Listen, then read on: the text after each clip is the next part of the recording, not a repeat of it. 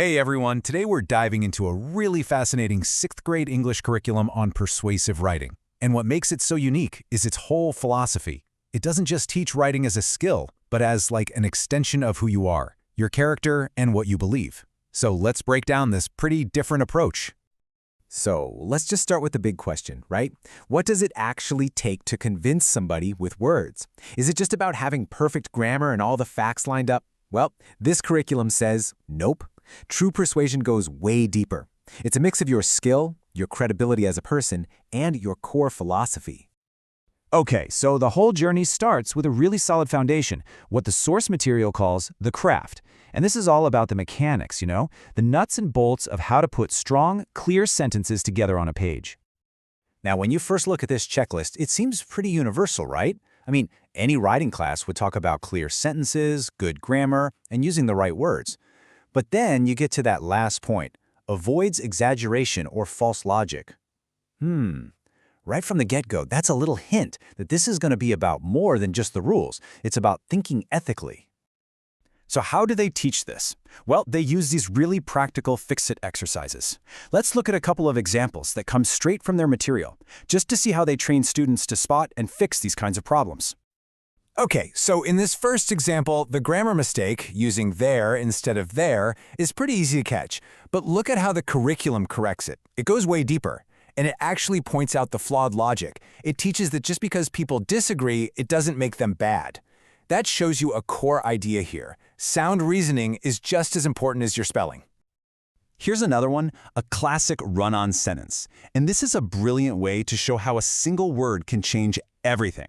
Just by adding because, you not only fix the grammar, but you create this super clear, logical connection between the two ideas. It's not just a statement anymore, it's a real argument. And this last one, this tackles that logical fallacy of exaggeration. The correction teaches students to be more precise, more reasonable, and the lesson is really clear. Persuasion isn't about making the wildest claim you can think of, it's about building a case that's actually fair and you can defend. All right, so we've covered the technical how of writing. The next section completely shifts gears and focuses on the who, the character of the writer. According to this curriculum, to really be persuasive, you first have to be credible. People have to trust you. So just think about it for a second. When you're reading an article or a book, what makes you actually trust the person who wrote it? Is it their fancy vocabulary? Is it how many facts they have? Or is it something else entirely?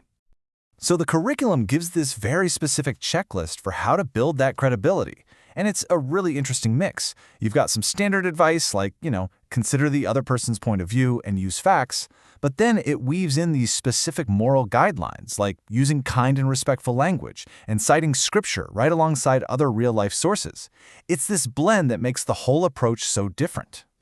And they're really not shy about this focus on ethical persuasion. Students are explicitly taught not to just win at all costs, by making stuff up or just attacking the reader. The goal is totally different. It's to have a respectful, honest conversation. Okay, so we've talked about the craft and the character, and now we get to the final and honestly the deepest layer of this whole thing, the core philosophy, the why that's driving this entire approach to writing in the first place. This little passage from the curriculum is basically the bridge that connects everything we've been talking about. It ties the technical skill, clarity, directly to these moral values of honesty, respect, and truth. It's pretty much a mission statement for the kind of writer that this program is trying to shape. So what's the one foundational belief that this whole approach is built on? Well, the curriculum boils it all down to one single powerful statement. And there it is. That's the central thesis. The idea that knowledge and skills, if they're not connected to a moral framework, can actually end up being harmful. This one principle is the engine behind every single lesson, from fixing a run-on sentence all the way to citing your sources with integrity. And the source material explains why it believes this. It asks this rhetorical question: what's the point of being smart and continuing to make bad choices that hurt? It says its goal is to weave together education and biblical morality. And it even points to a passage in Romans that promises peace of mind from having a spiritual mindset. So to kind of wrap it all up, this curriculum lays out a really clear three-part path. You start with the craft, where you master the technical skills. Then you add the character, which is about writing from a place of integrity. And all of that is built on a creed, a foundational belief that connects your skill to a higher purpose.